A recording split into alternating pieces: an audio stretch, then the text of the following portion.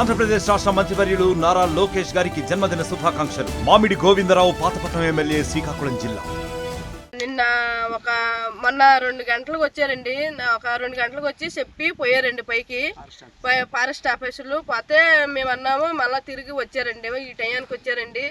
వచ్చి రావడం మేము బోటుకాడికి అందరూ పోయామండి. పోతే ఇంకా వెనకంట గొడ్డలు చెప్పి తీసుకొచ్చి పైకి వచ్చి రచ్చ చేసి మొత్తం వల్ల గిల్లు అన్నీ వంటెట్టినా మేము ఏడ్చినా చేరే మాత్రం కాళ్ళు చేతులు పెట్టుకున్న చేరే మాత్రం ఆడు తాగి వచ్చి రచ్చల 8 లక్షల వ్యాపారాలను దందు చేశారండి. అన్నీ చేసిన చేరే మాత్రం ఇడియాలు ఎంత తీస్తున్నాడు మీ పిల్లలని అడిగారండి. అడిగినా సరే మాత్రం మేము పిల్లలు తీస్తున్నాం కదా అని చెప్పినా సరే మాత్రం ఏం చేసుకుంటారో చేసుకోండి, ఎవరితో చెప్పుకుంటారో చెప్పుకోండి అని అన్నారండి.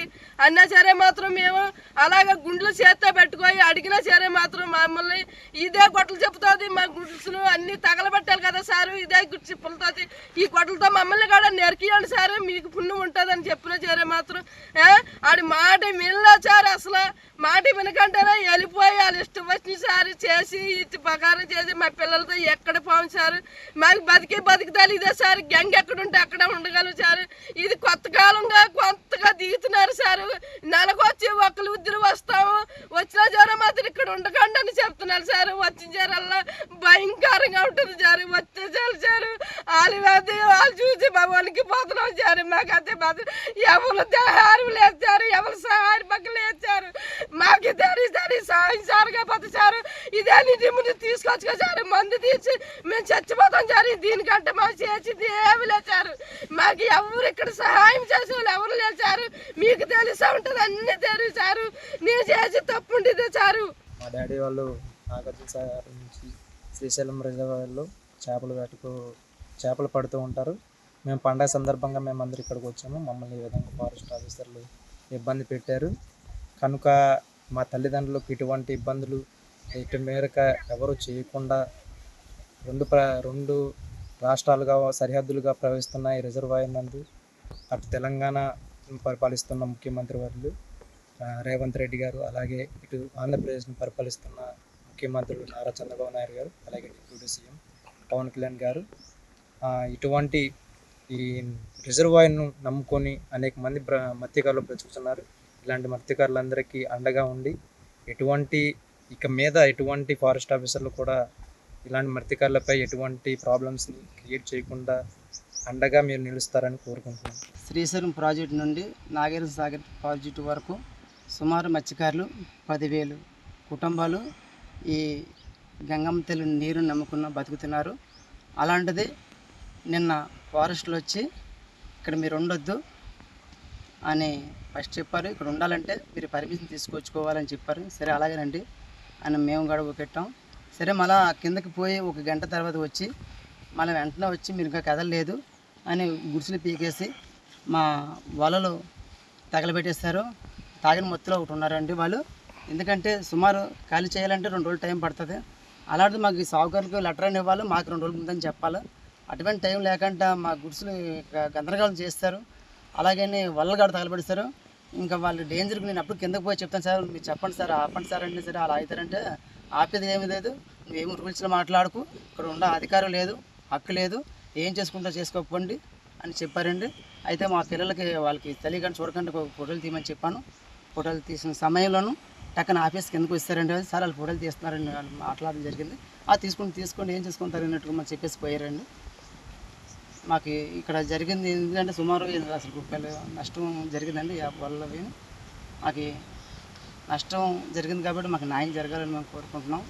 అలాగే తెలంగాణ సీఎం రేవంత్ రెడ్డి, అలాగే బట్టి విక్రమార్కుడు, అలాగే ఇతర ఆంధ్రప్రదేశ్ ముఖ్యమంత్రి చంద్రబాబు నాయుడు, అలాగే డిప్యూటీ సీఎం పవన్ కళ్యాణ్, 2 రాష్ట్రాలు సీఎంలు కలిసి మత్స్యకారులకు అందరికీ ఎక్కడో అక్కడ ఉండేలాగా న్యాయం చేస్తారని ఎప్పటికూ శాశ్వతంగా మేము న్యాయం చేస్తారని కోరుకుంటున్నాం.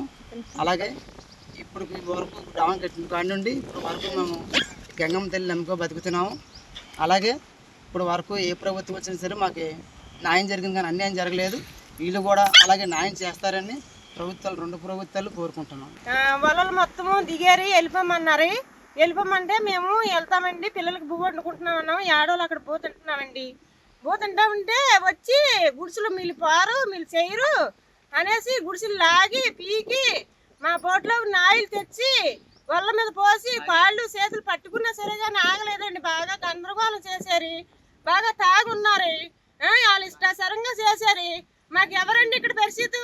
మమ్మల్ని చంపేసిపోయినా అందరూ ఎవరు కనపడలేరండి. ఎవరు చంపేసిపోయినా కనపడ. ఇది అడవండి, ఇది ఊరు కాదు. ఊరు కాకపోయినా సరే కానీ మేము ఈ పిల్లలతో చాలా మంది పిల్లలతో ఉన్నామండి. ఉన్నా సరే కానీ మమ్మల్ని ఆదుకోకుండా చేయకుండా కాళ్ళు ఏళ్ళు అట్టుకున్నా సరే కానీ బోట్లో డీజిల్ తెచ్చి వాళ్ళ మీద పోసి కొన్ని లక్షలు చేసిన ఆస్తండి. మేము ఏంతో బతకాలా? ఎలా బతకాలి మేము? ఏం పెట్టుకో బతకాలండి? ఎలా బతకాలి మేము? ఏ రీతిగా బతకాలి మేము? మమ్మల్ని మాకు ఎవరైనా పెట్టిన వాళ్ళు ఉన్నారా? లేకపోతే మాకు చదువులు లేవండి, సావులు లేవు, ఏవి లేవండి మాకి. మేము చిన్నప్పటి బట్టి ఇక్కడే బతుకుతున్నామండి.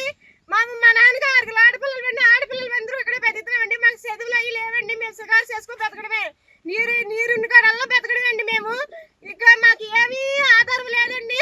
ఇక మాకు ఏమన్నా ఆధారం చూపిస్తే మాకు వల్ల పోయిన నష్టపరిహారకి ఏమన్నా సాయం చేస్తారని, లేకపోతే ఈ మీడియా ముందే మేము మళ్ళీ మీడియాని పిలిపించుకొని మీడియా ముందే మేము మందు తాగి చచ్చిపోతామండి. అంతే, ఇంకా మాకేం ఆధారం లేదండి. ఇక్కడ ఏమి మాకు ఉండవలసిన ఇది లేదండి. మాకేమి న్యాయం చేస్తారనేసి కోరుకుంటున్నామండి. నేను 45 సంవత్సరాలు అవుతుందండి ఇక్కడ నుండి. నా ఊరు వదులుకొని వచ్చాను. 6 బిడ్డలు ఇక్కడ కనుక్కున్నానండి. నేను ఇంతకాలం పెట్టి కూడా ఏ ఫారెస్ట్ గవర్నమెంట్ వచ్చినా, ఏ ఆఫీసర్ వచ్చినా ఇంతకాలం నన్ను లేపలేదు, నన్ను పొమ్మని కూడా అనలేదు. ఈరోజు నేను బోటు వాళ్ళు ఫారెస్ట్ బోటు వస్తే ముందుగా పోయి గంగొడ్డి పోయి సార్ అని నమస్కారం పెట్టాను. నమస్కారం పెట్టినా, ఏందయ్యా నువ్వు ఇంత గుంపు కూడా పిల్లలందరినీ కూడా ఇక్కడ పెట్టుకొని ఉన్నావు, నువ్వు ఆడకో వెళ్ళిపోవాలి, నీకు ఆర్డర్ వచ్చింది, పై మీద మాకు ఆర్డర్ వచ్చింది పైనుంచి, నువ్వు వెళ్ళిపోతారు కానీ కుదరదన్నారండి. కుదరదంటే నేను కంటు కన్నీరెట్టి, సార్ ఎంతకాలం అయింది నేనుండి, మామూలుగా ఎవరు కూడా నా జోలి రాలేదు కదా, మీరు వస్తున్నారు పోతున్నారు, మమ్మల్ని ఏమీ అనలేదు కదా, మరి ఇంతకాలానికి పొమ్మన్న వాళ్ళు ఎలా ఎందుకు అవసరపాటుగా పొమ్మంటున్నారు? మీరు అది కూడా న్యాయం ఒకటి విచారించండి. నేను ఈ తట్టా పుట్టట్టుకొని గిన్నె ముందు తట్టుకొని నా 6 బిడ్డలు తీసుకొని నా బిడ్డలు తీసుకొని నేను ఏట్లో పడిపోను. నాకు బోట్ లేదు, ఓడ లేదు, షిప్ లేదు. ఒక బుట్టి మీద నేను ఇంతమందిని కూడా నేను పట్టుకెళ్ళాను కదా అని మాట్లాడానండి.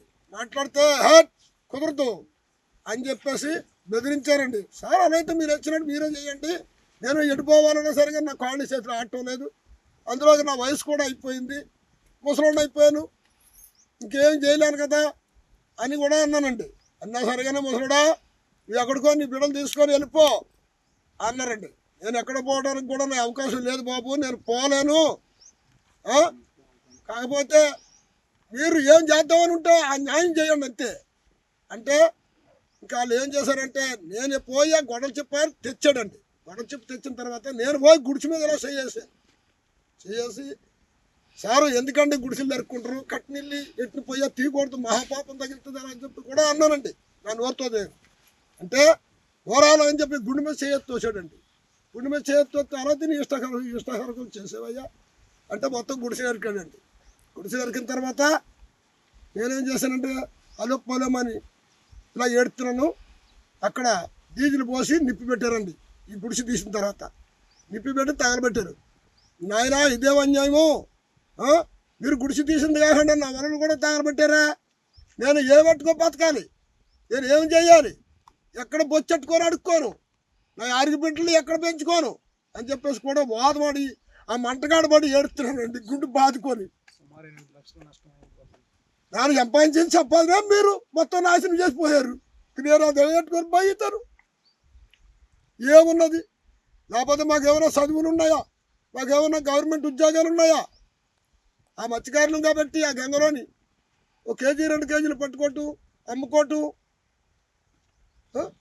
నా జీవనాధం చేసుకోవటం అంత తప్ప మీ గవర్నమెంట్ కాడికి వచ్చి మీ ఇళ్ళ కాడికి వచ్చి మీ ఆఫీసుల కాడికి వచ్చి మేము అడుక్కోలేదు కదా. ఏదో మా పొడతిప్పులకి మా తిప్పులు మేము పడుతున్నాం అని చెప్పామండి. చెప్పినా వెనకంట మొత్తం 8 లక్షల రూపాయలు వ్యాపారం కొత్త వ్యాపారం అది, పాతదన్న కాదు, మొత్తం తగలబెట్టి వెళ్ళిపోయారు.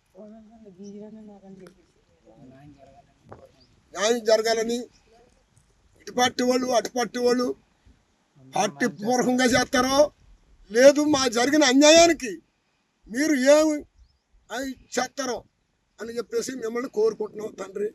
లేటెస్ట్ అప్డేట్స్ కోసం వాట్సాప్ ఛానల్ ని ఫాలో అవ్వండి. ఆ లింక్ డిస్క్రిప్షన్ లో ఉంది.